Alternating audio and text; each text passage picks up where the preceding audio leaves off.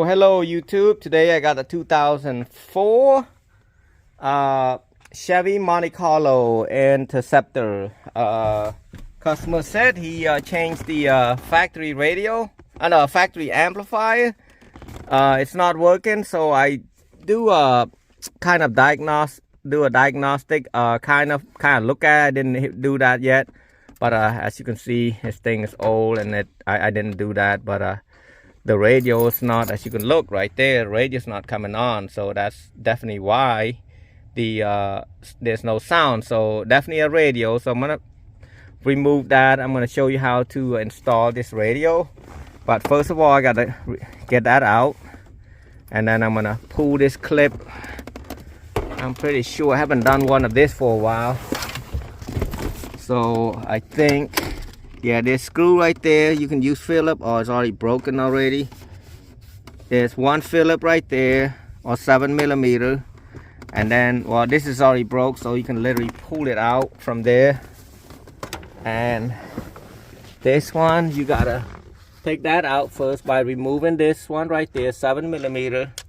Just push this down like so. Push it, and then pull it down right there. So I'm gonna take this out, and then let me see what's holding that too right there. Like I said, I haven't done it for a while. I'm gonna remove that and see where it will go. So I got that out. Let me see if I can pull it. Yep, you can just literally pull it like that. And then now you can just pull this out right there. Just pull it straight out towards you. And just be careful. Yes, you can see that it's already broken right there, but I mean it is old, so it's fragile. Yep, just come out like that. And then right here, all you need to do is take a flathead, push this down, and pull this wire out. Now I can see that there's two 7mm right there, and then one right there, and then you can pull that out. Customers already took it out once. So take that antenna out. Push this clip. Push the bottom one, push it up, push it onto the top like this, and then pull it out, kind of jerk it out right there, zigzag it. Same thing as this one. See, push both like this and pull it out. And then now I'm gonna do some testing before I go to the installation part. Antenna I'm gonna be using is Metra. It's a ADGM-1 again, not 10, because it's 10 in the pack. And also the harness is RAP-GM-4004. That's the wiring harness. That's a cheaper version. You don't want to spend a $100 one. So the mounting kit you will need for double din, you will need 95 2009. So open the package up. I'm gonna put it in like so. Make sure it fit like so. Actually, you just put this on first right there. Let's say this is towards me, so it's the bottom. I'm gonna use the right side, would be this side right here. That's the right side. Right DXR, that's 2009. All mean it's the right side. You can just, you see this? There's a bigger, what is that called? Groove? Huh.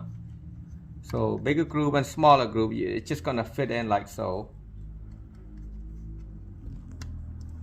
Like that. You do the other side. Same thing, but the problem is you're gonna have to cut this piece right there. I'm gonna use this to cut it for now.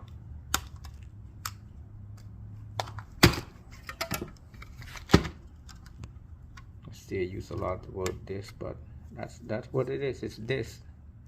So you want the left side to be like so, because the right side gonna be like that. And then the screw that came with it, most radios come with the screw like this. If it's brand new, if it's used, you're gonna have to find screw, and make sure the screw is not too long, because if it's too long, you're gonna end up screwing to something else inside there. Some sort of, maybe a CD mechanism or some sort of. So put another one right here.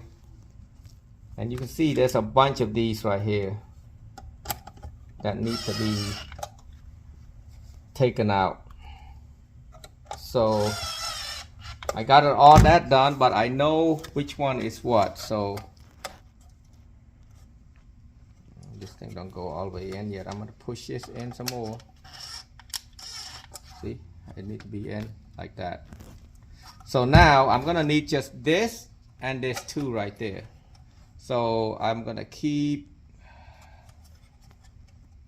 it doesn't say what it is, but I'm gonna break all of this thing. I'm using an oscillating tool. It's easier to do. Just break this front one first. That's hard to use an oscillating tool. And I've done so many of these, but I just haven't had a chance to do a video on it. So I'm gonna break it like that.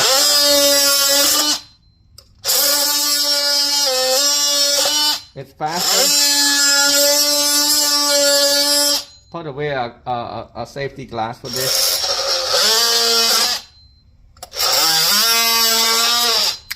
Because that thing is hot, and then if it hit your eye, that wouldn't be good.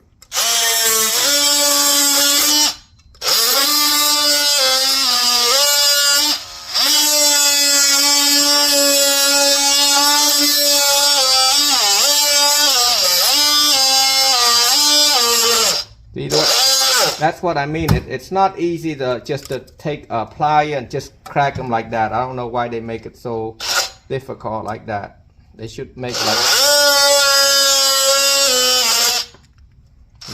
break that too. You don't have to, but I'll break it. This one's easier because look, that's simple as that.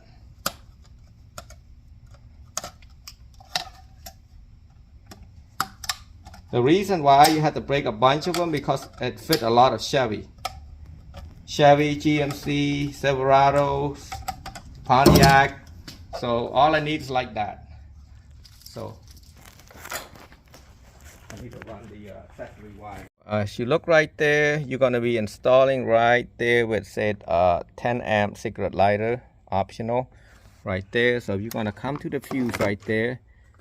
You can see it's this one right here. The middle one, that's between 25 and then 10 right there, and then you go up, that's 10 right there in the middle. You want to remove that because the reason why, so basically if I turn the key to on, it will come on right there, and then if I turn it off, it will shut off. That's accessory. So I'm going to remove that 10 amp.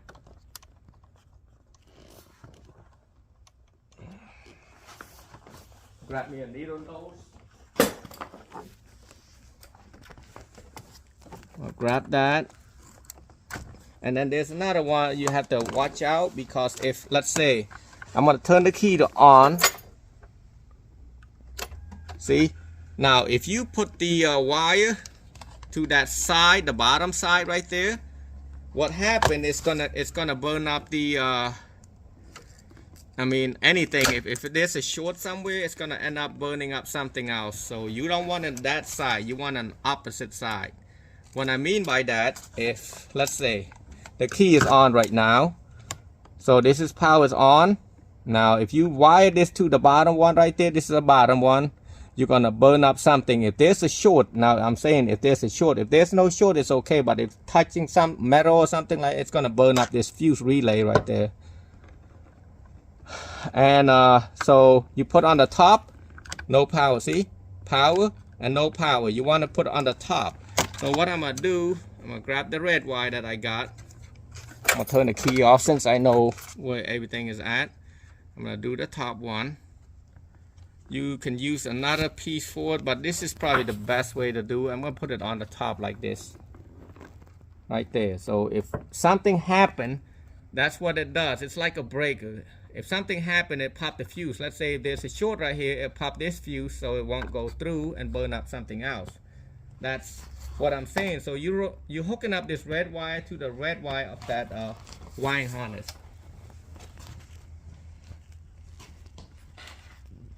So this is a harness I was talking about, a 4004. You don't need to hook this thing up because there's no harness on that. I'm going to pull that out. And then there's a red wire from the radio plug. You want to hook it up to that wire that I ran earlier, that red wire. That's an accessory. So when you turn the key on, it tells the car to come on too.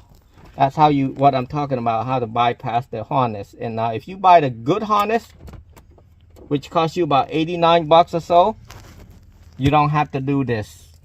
But I'm pretty sure most customers don't want to spend that kind of money.